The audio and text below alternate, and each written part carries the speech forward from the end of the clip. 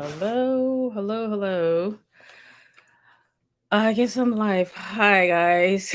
This is my first time doing this and trying to make sure I look in here. Just please forgive me. Let me just check to make sure I am actually live. I have somebody helping me in the background there, but I wasn't. Apparently, I wasn't supposed to schedule this ahead of time. But, anyways, we are here. You know, they say when you're dancing and the music stops, what do? You just keep dancing. Alrighty, so I'm just give me 2 seconds. Let me just make sure I am live on another page there. Okay. Alrighty. This is a little different. I'm not used to being on StreamYard. So anyways, alrighty. This is a little different. Sorry. Okay. Hello, hello, hello. My name is Abigail. For those of you who don't know me, Abby Tyler. It's always called my formal name.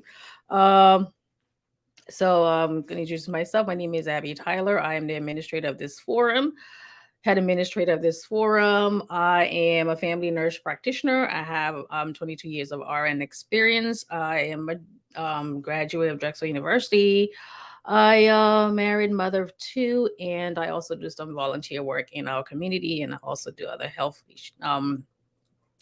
information and sharing and all that with other groups. So, thank you all for coming on with me today. For those of you who will be watching now, I say thank you. And for those of you who will be watching later, I say thank you as well.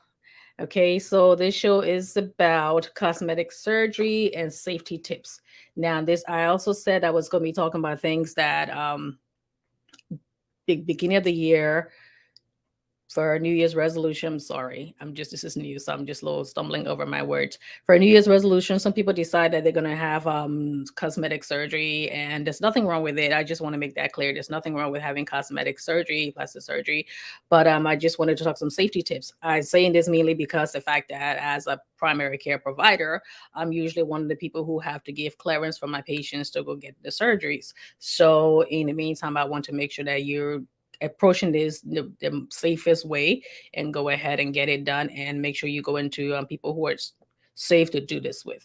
So I'm just gonna go in there for a second and I'm going to see. So the topic is cosmetic surgery. So I'm just gonna make here and just see. I did write something on here. So show. So all right. So okay, so I have that. I did most of this stuff before I came on today, so it's that way I won't have too many things all in the way while I'm talking. So let me just go before I start, as I always do, my disclaimer. Please make sure whatever I say here, and you can take this information and take it to your provider and ask questions about it. You shouldn't make any decisions based on what I say here. This is all informational purposes only, based on my training and the fact that I have to talk this over with my patients when they come in for me to clear them. Okay, so a definition of plastic surgery for anybody asking. Cosmetic surgery is a unique discipline of medicine focused on enhancing appearance through surgical and medical techniques. There are many reasons people have surgeries. It's not just to make themselves look good. Like people have breast augmentation after a mastectomy. They may have nose job because they have problems breathing right. They may have anything that's functional may that may be okay, but it doesn't function properly, and you need cosmetic surgeons to do that to fix it up for you. And there's nothing wrong with it, like I said. Um, and also, plastic surgery is like another division of that. Plastic surgery is defined as a surgical specialty dedicated to reconstruction of facial and body defects due to birth disorders, traumas, burns, and diseases. Okay, so I know people are saying that, oh, just in the audience that you're reaching, they don't always do plastic surgery. That's for other people. So, according to the American Society of Plastic Surgeons, their last statistic done in 2020, they have 15.6 million cosmetic surgeries that year. 92% of that was female and 8% male. Men have plastic surgery too, so don't think it's just all females. Breaking it down for people who say that just them, there's just one group that's doing it. I personally know a lot of people who look like me who have had plastic surgery. Ethnically speaking, Caucasian, 10 million, Hispanic, 1.9 million, African Americans 1.7 million, and Asian Americans 1.2 million. So that's a big amount to say that only one group's having it. One group may be having it a little bit more, but people are getting into it now. And like I said, you want to make sure that if you decide to do it, you want to make sure that these steps I'm going to talk about, so you can talk it over with your provider. Okay, so some of the plastic surgery, I'm gonna go into tips, and then I'm gonna go into where I come in, and then also talk about like the psychological aspect of it. So starting from the beginning, you want to choose an experienced, highly trained plastic surgeon. You want to make sure that person is board certified. They have to have board certified behind their name to make sure that they're doing this, and they've been doing it for a while. You don't want somebody who's just doing it, just came right out and do it. I mean, doesn't mean that they're not board certified. They get their board certification, but you want to make sure there's somebody who's been doing it for a while, because you're doing a surgery that you really don't have to do if you don't have to do it. Make sure your procedure, and I'm going through this, make sure your procedure will be performed in an accredited surgical facility. If they're doing it in their office, the certain things that can be done in the doctor's office, like aesthetic procedures where they're giving you Botox, something minor can be done in the doctor's office. But you always want to make sure that there's a hospital close by, because anything, even you could just getting Botox or whatever fillers in your face or whatever, anything can happen. You can have an allergic reaction, so you may have to be sent to ER right away. So you want to make sure that they're close by, and wherever they're doing it in the doctor's office is accredited. If you smoke, quit smoking, because when you're smoking kind of impairs a healing process. Disclose your complete medical history to your surgeon. Sometimes people go there and they said, do you have any medical history? And because you want to have the surgery, you want to hurry up and do it so you can look good, or whatever reasons why you're doing it. You may say, no, I don't have it, or I don't have any family member that had any problems with it, or I don't have anything in my family history. And you might kind of not lie, but kind of omit part of your history. And that can be very serious, because even though, I'll say it again, even though it's plastic surgery, and it's still surgery. It is still surgery, and you can anything, like read the consent form, and they tell you infection, everything need to have to go back in there and correct one something that was missed, or to repair a scar that didn't heal, or a wound that broke open later on. Is still surgery, and they tell you up to everything, up to including death. So it's not just you're not just going in there and swinging in and thinking the doctor is just no. It's still surgery. So you want to make sure whatever problem you have with your family, with your medical history, you want to make sure you come clean to your surgeon. Okay, make sure you have enough support during your recovery period, because people come from there. Depending on the surgical procedure that you have, when you go home, you may not have enough people to help you. So that can impair your recovery period too. Because what if you need somebody to go to the hospital to pick up your pain medicine, or to pick up any kind of cream that you may have to use? You need somebody to go there to get your to make sure you get your food, or anything else that you may need to take you back to the doctor's office for follow-up visit. You need that. If they tell you can drive for a certain period of time, and you have small children, and you need somebody to take them to different places, your life doesn't end. Especially if you have younger children, your life doesn't end simply because you had a surgery. You have to make sure you have all that in place before you decide to go into surgery, because like I said, all that can impair your recovery period. Reflecting your reason for having the surgery. I'll get to the psychological aspect of that later. So you want to make sure you're doing this. This is what you want to do, and you have thought about it and talked to other people, to people who you trust, your primary care provider, and other people who you trust, who are close to you, who are not going to judge you, but are going to be objective about what it is that they want to tell you, and go on from there. And you want to recommend, like I said, I'll go into the psychological aspect. Recommend getting therapy to prepare you and your family for whatever may happen. Let's say you go in to get your breast done, or you go in to get your ear done, or whatever it is you're doing, and you come out and you're looking good, and your husband, husband or spouse, or your partner could get kind of jealous and saying, oh, now you're going to go there, and the attention you weren't getting before, now you're going to be getting it. You're dressed in a certain way, so they may get jealous, or just the fact that you may change. Because when you change your appearance and all that too, it kind of changes your mentality, kind of changes the way you see things. So you want to make sure all that is prepared, and prepare those people before you go into there. Doesn't mean because you're preparing in that everything is going to be okay. It's just that you want to make sure that everything is fine, or at least safe, before you go into it. And you can always cancel. It's not something you can say, oh no, I set this date and I have to go. No, you can always cancel. All right. Okay, so medical clearance. This is part I come in. All right. When it comes to surgery, the surgeon will tell you that you need medical clearance. All right, because the surgeon cannot be the one clearing you. So that means your internal medicine doctor, your family doctor would be the one to clear. Certain doctors have the internal medicine part of their practice, and then they have the surgeon. So some of them would just say, go to our internal medicine person, let him clear you, making sure everything is okay, and then we can proceed with the surgery. But then I heard also some people say, well, if you have the internal medicine person there, internal medicine primary care, if you have them there, that's like conflict of interest. Because if I know that you're going to be doing the surgery and we're all going to be getting the money, why would I say, you know, this person is not cleared to have surgery? So some doctors, some surgeons prefer that you go to your own family doctor or go to them, it'll tell you. And because especially most of the surgeries is done on young people, so most of them don't have primary care doctors. Okay, they don't, because young people don't feel they have to go to the primary care doctors unless something is wrong. So you want to make sure that you are going to your they'll tell you find a primary care doctor, get everything clear before, and they'll give you a list of tests that they want done before going. So this is when I come in, and people come to me simply because they're looking for primary care doctor because they already have the surgery ready and they already booked the B&B and they're ready to go and they already took time off from work, and they come and say, oh, so what brings you here today? I mean, I already have an idea.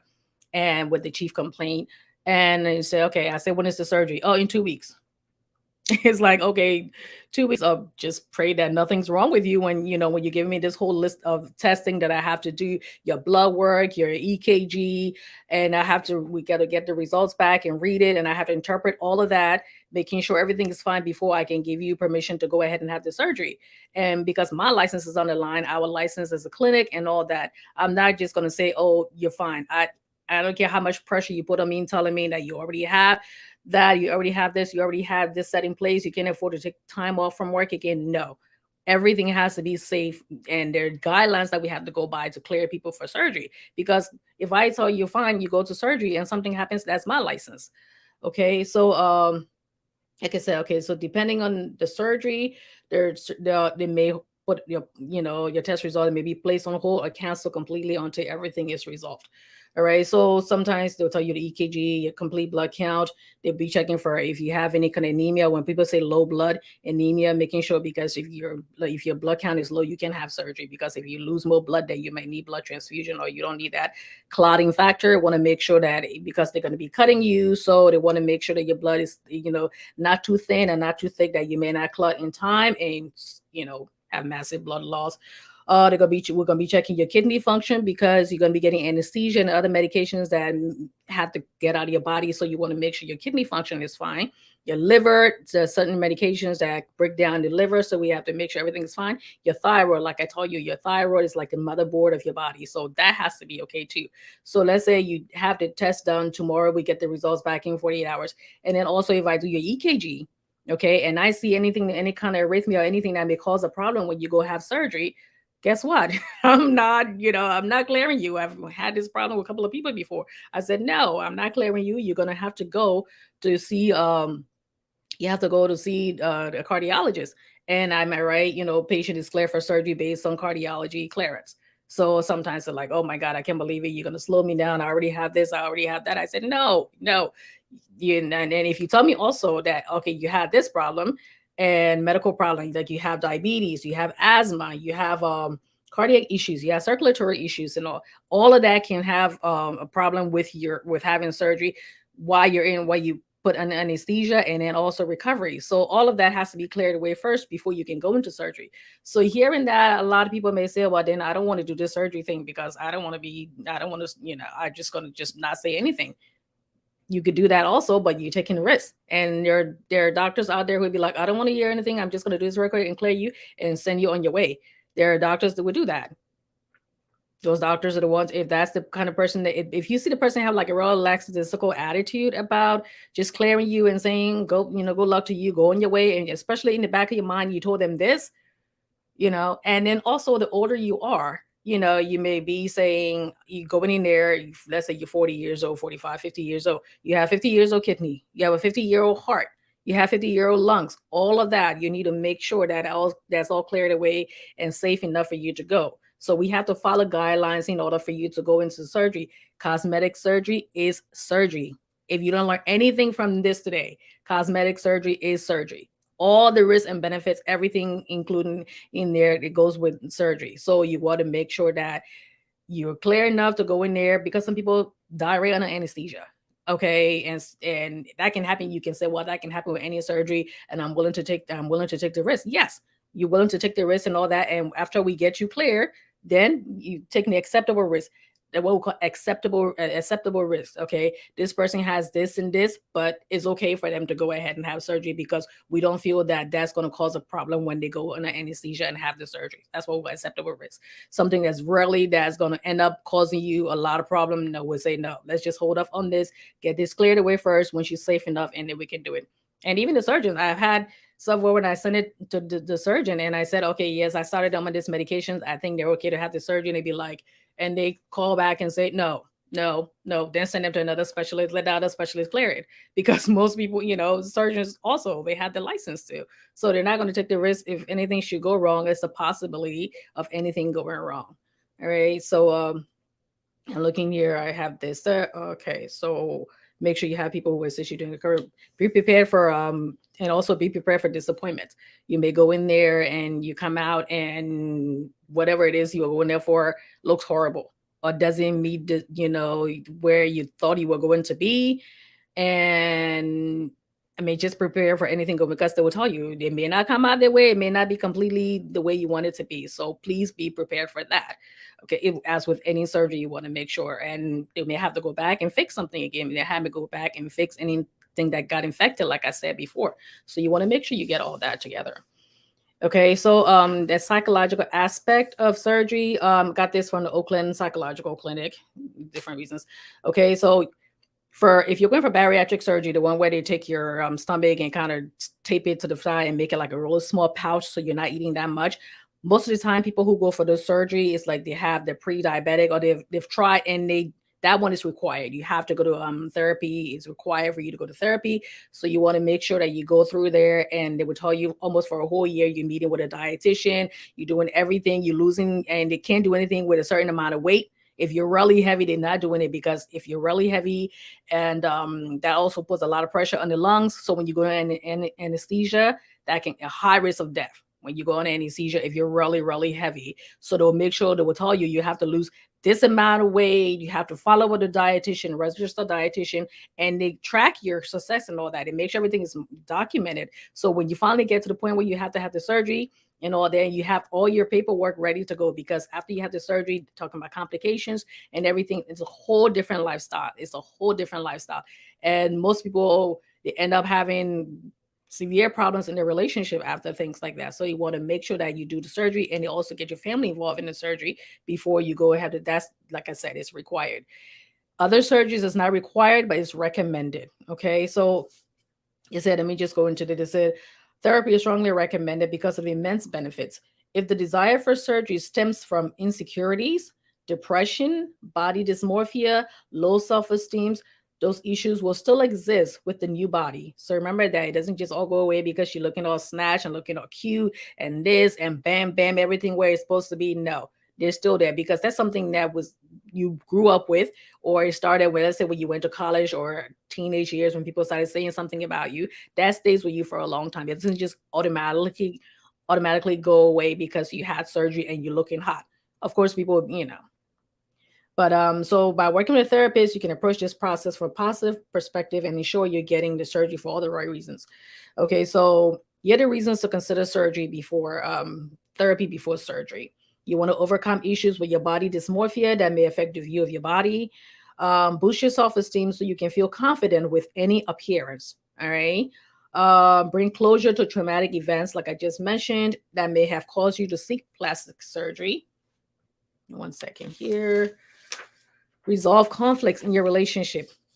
Again, everything I said before, that resolve conflicts in your relationship, changing your appearance. If you're thinking changing your appearance would make your marriage, your husband will love you better. If you have bigger boobs, you have bigger butt, you have a smaller waist, you have this, you have that. Not necessarily, because he may just go with somebody who already has that. Or then again, I've seen men who have like the most gorgeous wife and then they mess around with people who don't even look anything like their wives. So don't sit there and think your surgery is going to make everything better. No, it won't. All right. So that's why you both need to go to, go to therapy. It shouldn't be just be you, because when you go to therapy, when you're in a relationship and you have surgery, everybody's involved, you, your spouse, and your children as well. Find healthy coping mechanisms for depression and anxiety. Okay, and talk about your thoughts, feelings, and concerns in a confidential environment. So even though you're talking to somebody who you trust, like a loved one who you trust, but you also want to make sure that you're talking to somebody who is trained to do this kind of work. All right, just excuse me, I just need to take a drink of water, my throat's a little dry.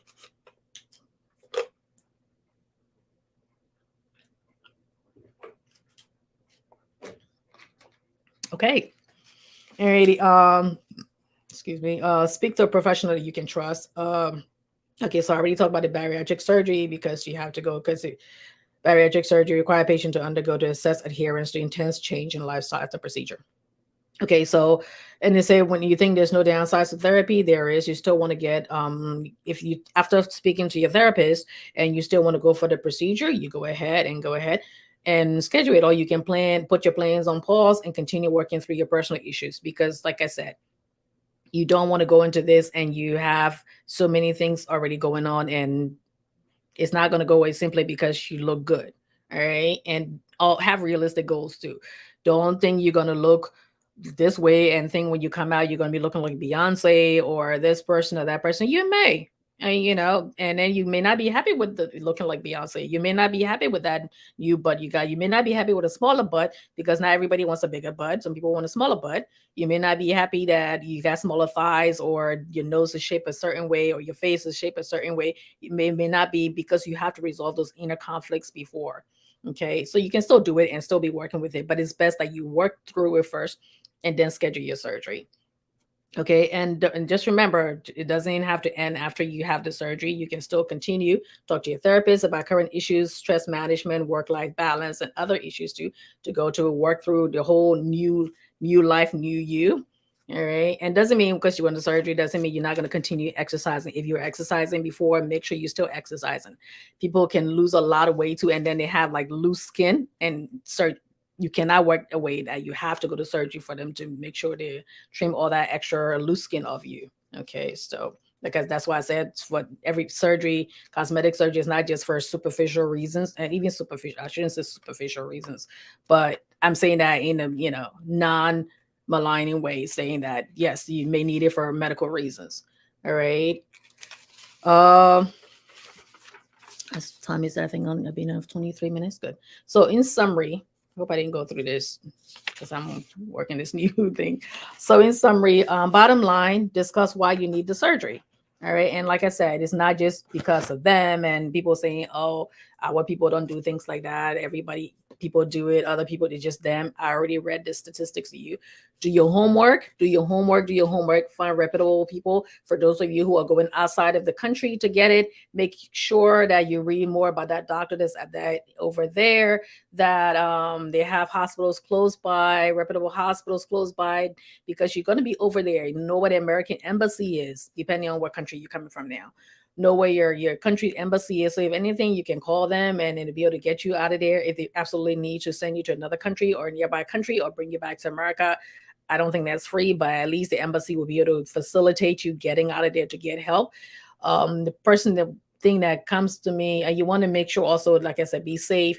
Remember Kanye West's mother, she had her surgery right in America here, and then she went home, and I think she threw a clot. That said, I think she threw a blood clot that went from there and went to her lungs, and she died suddenly. So, and that can happen with every surgery. I'm not just saying that, but it's just making sure that if you go in through that, you want to make sure that you get know where you're going to, and anything can happen, but you want to be close by to where you can get help.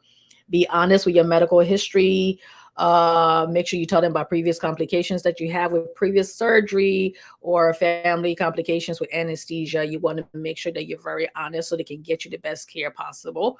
Seek counseling if you need it, if you can afford it before and after. Have a trusted family member. You can, but somebody who will be caring and objective. And for those of you who also go out of state for not just out of country, but out of state, because I've had a couple of patients that went to Florida to get it done. You want to make sure you want to ask your primary care doctor and say, um, well, when I need a medication done, would I be calling you for my medication? Because sometimes we don't have privileges in certain hospitals there, and we don't have privilege over there. So will you be able to order my medication if I need it? Because the surgeon will not order certain things. They'll be like, get your primary care doctor to order it. And I had to order things for people on the other side. If there's any kind of emergency when you come back, let's say you had it done in Florida and you come back to Pennsylvania. If there's any kind of emergency, do I call you back? Do I come back there? Do I go here? Because whatever emergency thing you'll be having will be back over here. And if they say no, certain surgeons will not touch certain things that somebody else, and any kind of surgery that anybody else will be, because they know the complications and they know the liability. They might say no, go back to the same person that worked on you and let them repair this. So that means you're leaving Pennsylvania, or if you were in California, you had it done in Florida, or vice versa. You leaving, you have to make time off from work, you have to make time off from your family and all that. So you want to get all that arranged. And like I said, talk to your family doctor. If they already know you, establish care way ahead of time. Let's say you're having a surgery in December, get a good family doctor, talk about everything, bring it up and say, you know what, I plan on having surgery. What do you think about it? What do you think I should do? I want to make sure I have everything done, so when I make arrangements to have this procedure done, at least that way they can I'll have everything in place. So when they tell me these are the tests that they need, I already know that my heart's okay and my liver's okay and my kidney's okay. So I'm not rushing. I'm not doing things after the fact. Okay. So and you talk about it, you do your surgery, do your therapy, your family, talk about it, think long and hard about it. And if you decide you still want to go ahead and do it, good luck to you. Yeah, all I can say, good luck to you. Do it. Make sure you get somebody trusted, and good luck to you. And I tell my patients, sometimes I see them when they come back for the follow up visit later on, and I'm like, oh, look at you, you're looking good. How do you feel? How's how's things going on? Your friends, your family, what are they saying about it? How do you feel about it? So I try to get their thought process and all that. So it's not just, oh, you looking snatch, you're looking this, you're looking. And sometimes I see stuff, I'm like, that's going to take a while to, does the doctor say that's going to take a while to set in? And because you can see that, like, the disappointment on the face. I said, well, maybe some people are like, it takes a little while to set in, so you just have to wait. And then if they're having complications also, because the family doctor has to address that, so that's where I come in.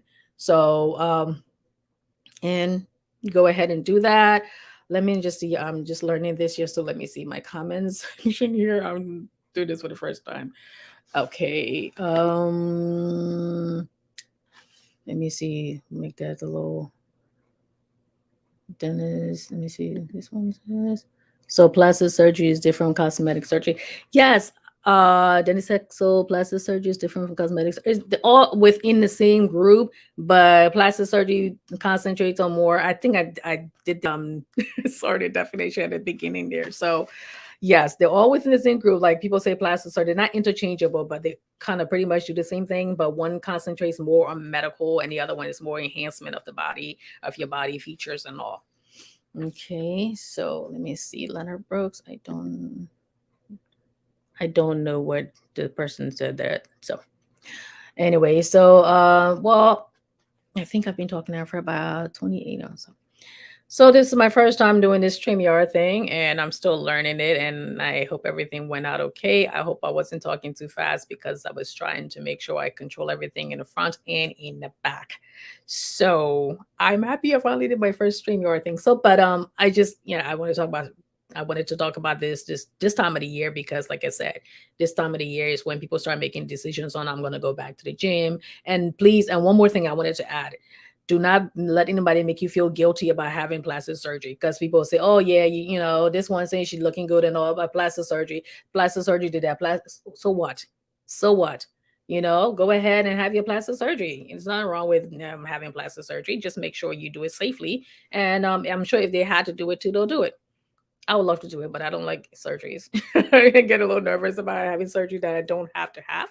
So, but best of luck. And if you have any comments or questions, please make sure you comment below. And sometimes I usually go back and just go ahead and copy it and kind of answer more questions after the show. So for those of you who are watching now, I say thank you. For those of you who will be watching later, I say thank you and good luck. And until we see again. And my condolences to all the victims of the event that happened in Liberia yesterday. My thoughts and prayers are with the family and friends. And I will talk to you guys later. Hopefully, I'll be back on Tuesday with another topic. Okay. And for anybody, any other topics you guys want me to talk about, I'll put it on. I'm trying to see if I can get my friends so we can talk about heart health, women's heart health, because February is Women's Heart Health Month. So hopefully, if not, I'll just bring it on by myself. But in the meantime, thank you so very much. And I'm going to end this now. And I hope I do it the right way. Okay. Thanks.